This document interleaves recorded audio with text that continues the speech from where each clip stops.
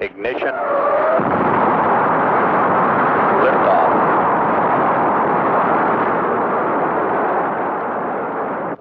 Lift flight clock start. 163908. This looks good. Flight.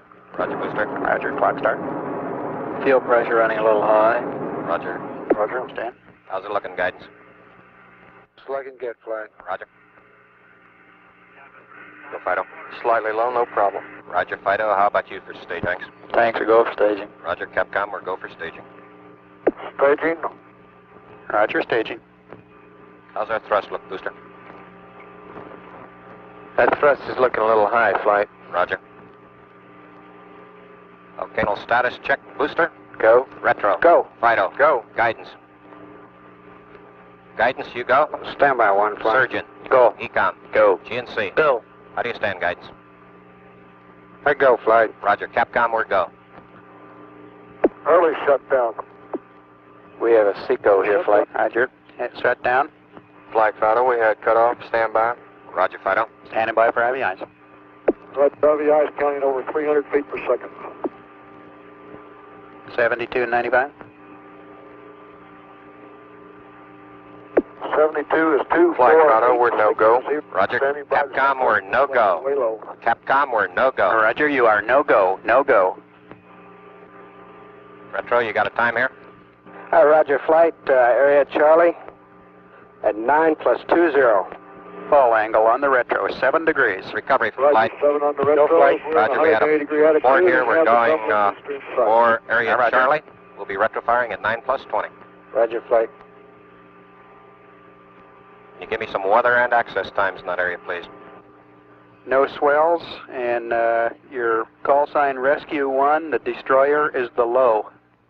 5, 4, 3, 2, 1. Retro fire. Roger, fire 1. Rocket 2.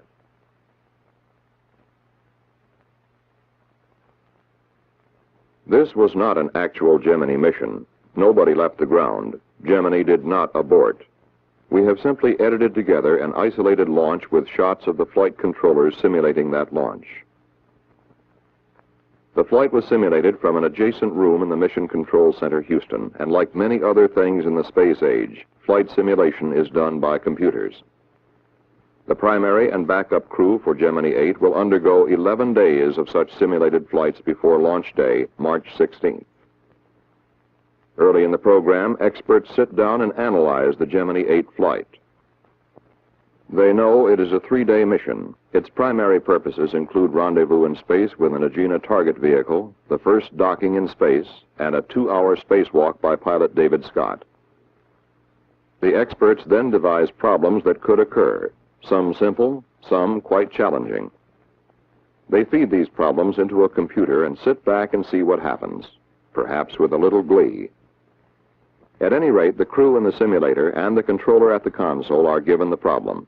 Both must respond correctly. About 90 problems will be run for the Gemini 8 mission. On the schedule are 2 days devoted to the Agena target vehicle, 4 days devoted to network simulations, and 2 days scheduled for running re-entry simulations, including emergency re-entries. 11 days of problem solving. Most probably none of them would turn up during the flight. But if one should, the crew and the 5,000 people in the ground network that support these 2 men would be ready. Several days before Gemini 8 will leave the ground, the USS Boxer steams toward the primary recovery zone where the mission will normally end. It begins training its complement of officers and men in recovery operations. Instead of launching amphibious strike missions, the Boxer now launches helicopters for search and retrieval of astronauts. On board is the commander of the Western Atlantic Recovery Forces, known as Task Force 140.3. 2 ships, 6 helicopters, and 6 aircraft are assigned to this task force. All 5 manned Gemini flights to date have been recovered as planned in the primary zone. Still, 10 more ships, 54 aircraft, and 5,000 additional men will be deployed at different stations around the world for recovery.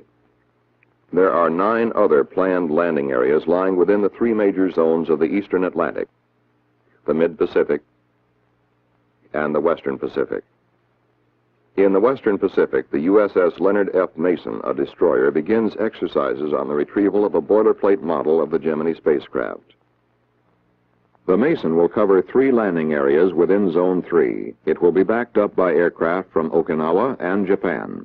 The chief difference between the primary area where the Boxer is stationed and a secondary area such as this is the comprehensiveness of coverage, the number of aircraft, ships, and recovery specialists on station. In addition, a special launch abort area covers the landmass and immediate offshore areas at Cape Kennedy. Recovery teams go out before the astronauts enter the spacecraft in case of an ejected abort from the launch pad or shortly after liftoff. There could be more extreme contingencies. The emergency might be such that a spacecraft could not land in a planned landing area. In a dire emergency, the command pilot might have to fire the retro rockets and come right down. Bare statistics come into play here. The world is 70% water and 30% land. The odds are strongly weighted toward a water landing. Aircraft are stationed at 12 points to locate the spacecraft in this emergency. Any commercial shipping in the area might then be called for assistance to pick up the astronauts. Freighters, oilers, tankers, any ship with heavy hoist equipment could also take the spacecraft aboard. If the crew comes down over land, they would use the ejection seats, leave the spacecraft, and land by parachute.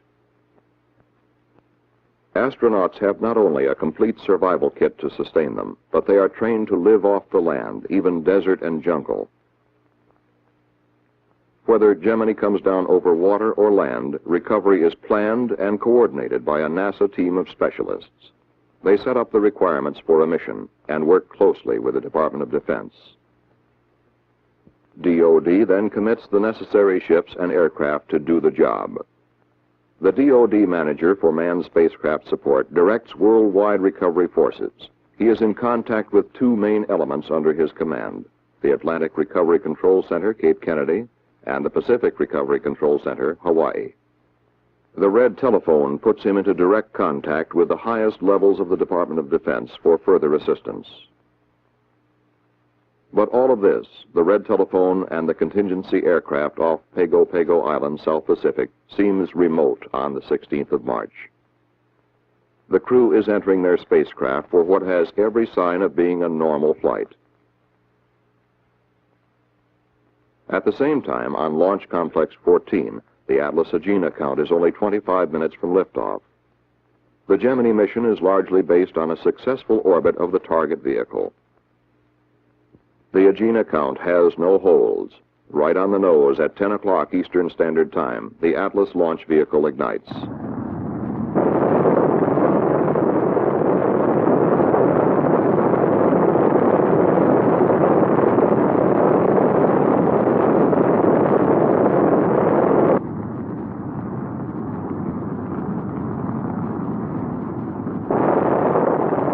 Atlas has 3 main propulsion engines which ignite at liftoff. 2 are booster engines and 1 is a sustainer engine.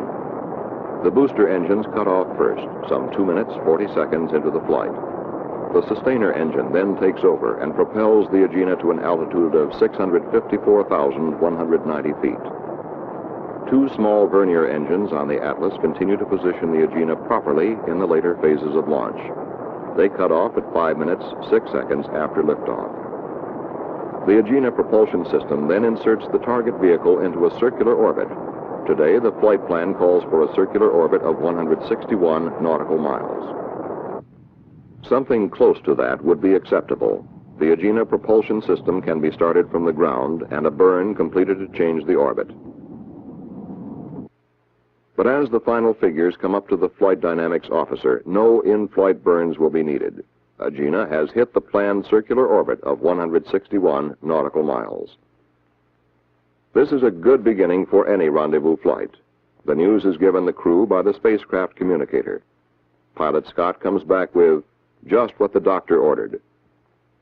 The flight director now calls for launch of Gemini 8 at 11:40 and 59 seconds Eastern Standard Time. Offshore, the launch site recovery forces are fully deployed. They now can only wait like the rest of us. Stage 2 pre-valves coming open, 5 seconds.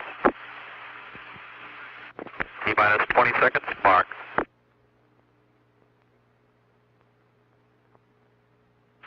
Ten, 9, 8, 7, 6, 5, 4, 3, 2, 1. Ignition. Lift off.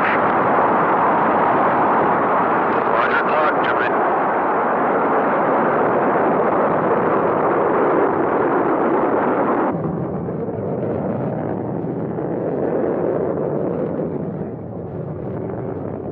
Yes, that's right. We got a roll program. Roger, roll. Good lift off, 8. Second gate. Roll is in. We have a pitch program. Roger, pitch program.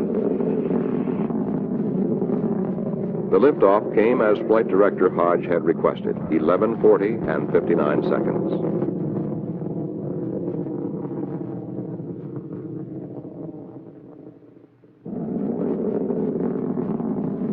Gemini 8 goes into the clouds high above Cape Kennedy. As the spacecraft comes out of the clouds, an aerial chase plane picks it up for a close look at what it's like to ride as a spacecraft crew on top of a booster. Mark, 50 seconds. You're looking good, 8. After 50 seconds, the crew releases the restraints which are required for seat ejection.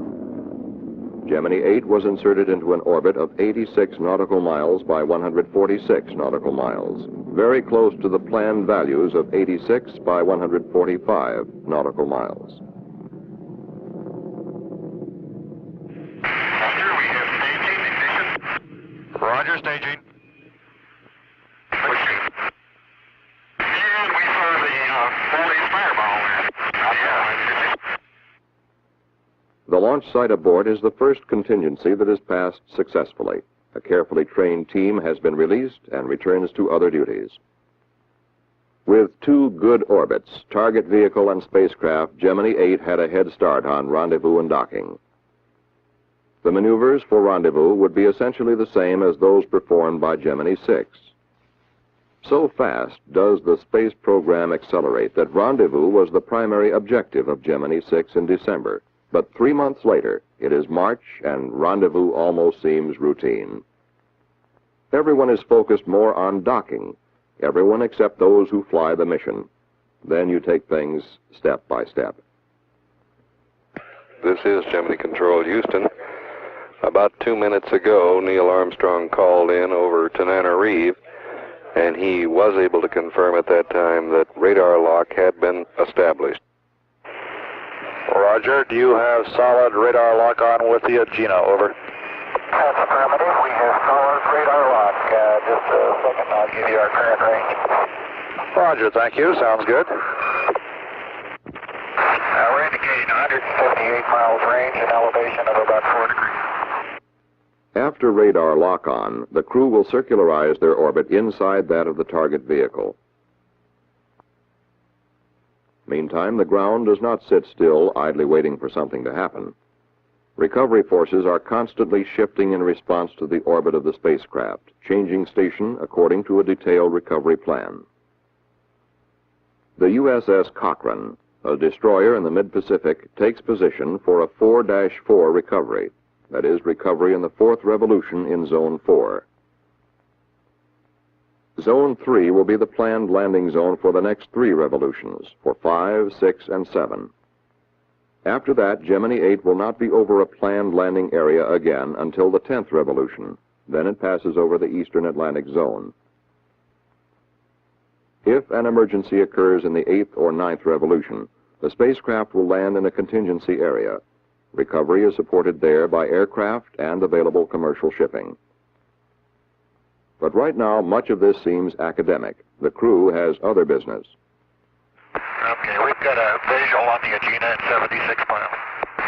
Roger, understand. Visual, Gina, 76 miles. Hello, Houston. This is Gemini 8. We're station keeping on the Gina at about 150 feet. Way to go, partner. You done it, boy. You done it. Good job. Do the thing. Boy, look at that sucker. That's beautiful. See the dipole? Do I ever? I see everything on that fella. Man, that's great. Man, that is really slick.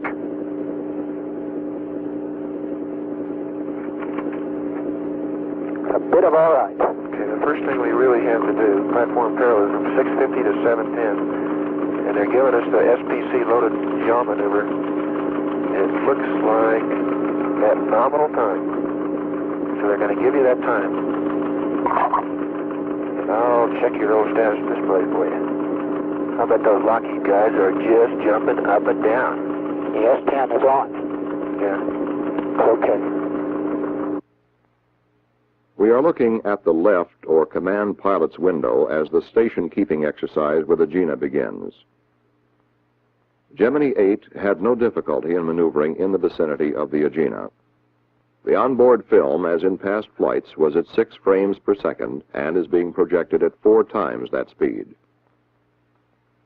After station keeping for 35 minutes, Command Pilot Armstrong begins to move in closer to Agena, preparing his final docking approach. Both vehicles are traveling at approximately 17,500 miles per hour. We are looking at the target docking adapter end of the Agena.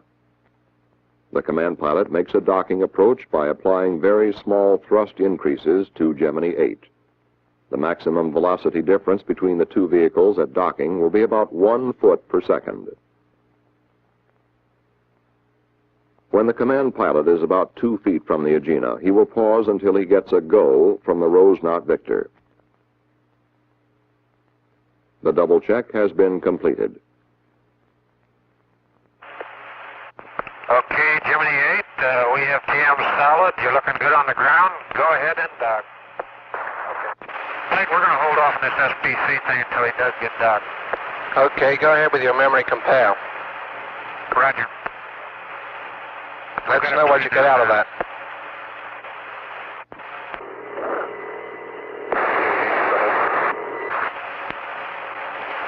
Flight, we are down. That was it. 2 vehicles docked for the first time in space. Shortly after docking, the crew was slightly surprised when Jim Lovell, the spacecraft communicator, checked in with this caution. Roger, 8, reading you loud and clear. I have some information for you. Ready to copy? Stand by. What kind of information is it? If you run into trouble and the attitude control system of the Agena goes wild, just send in command 400 to turn it off and take control of the spacecraft. Did you copy that?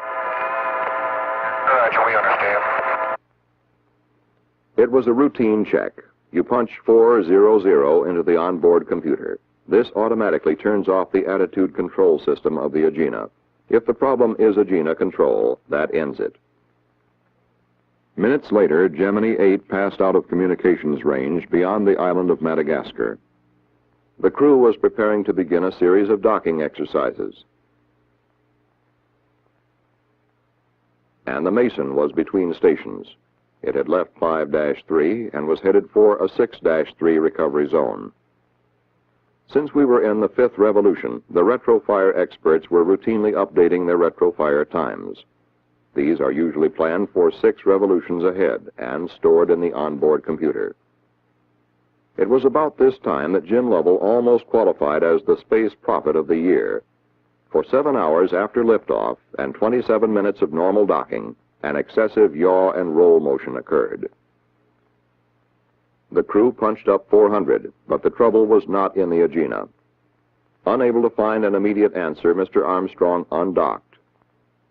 The roll rate continued to build up, reaching about 1 revolution per second. Struggling to regain control, Mr. Armstrong was forced to fire the re-entry thrusters and gradually reasserted control over the spacecraft. Neither crewman experienced any loss of orientation.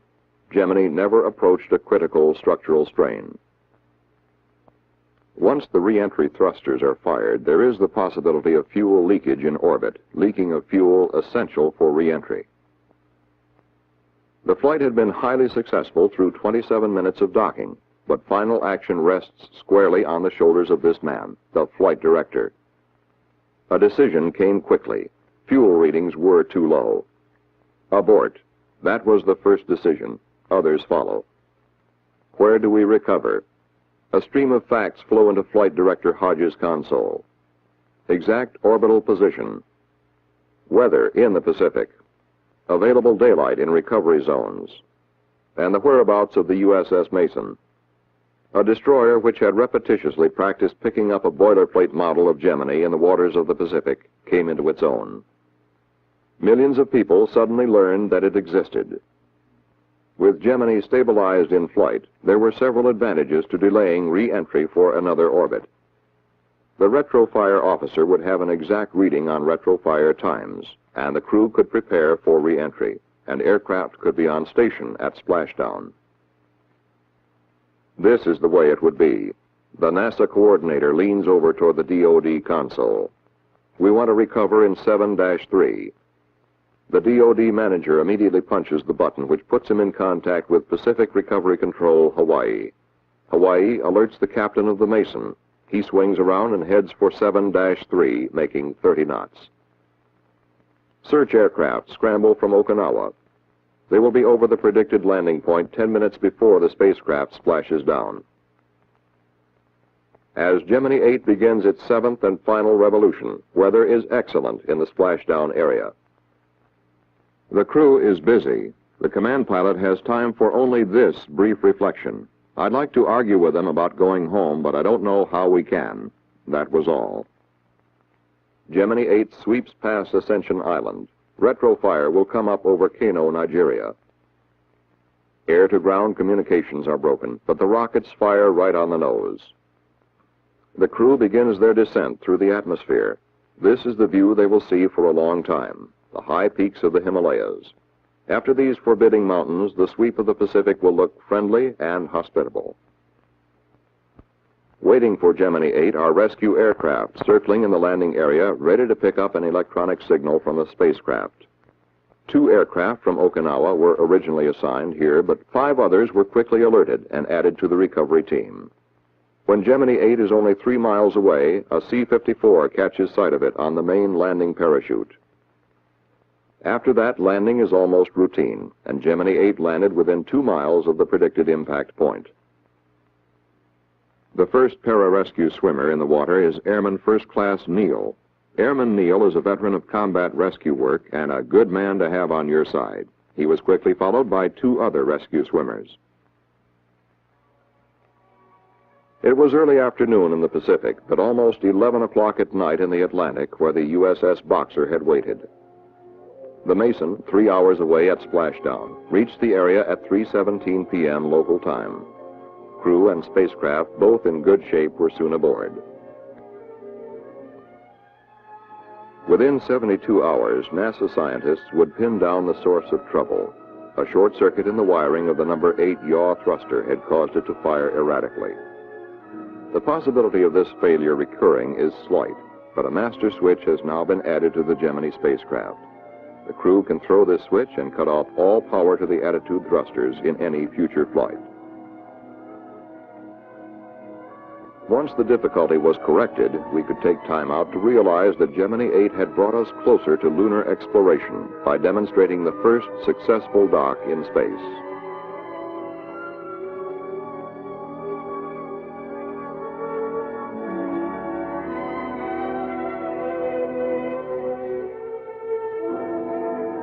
Gemini 8 also gave many of us our first look at men like the 3 young rescue swimmers, Airman Neal and Moore and Staff Sergeant Hewitt, as well as the captain and crew of the Mason. Men who are there in every flight, on remote stations, doing their duty and doing it well.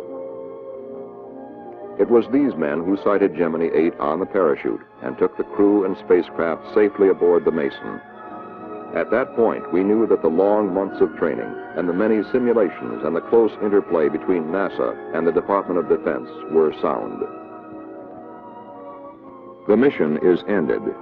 The control room is empty, but it will soon fill up again as simulations begin for the next flight. We had achieved our first docking in space. We experienced our first orbital abort. In both cases, Gemini 8 came through with flying colors.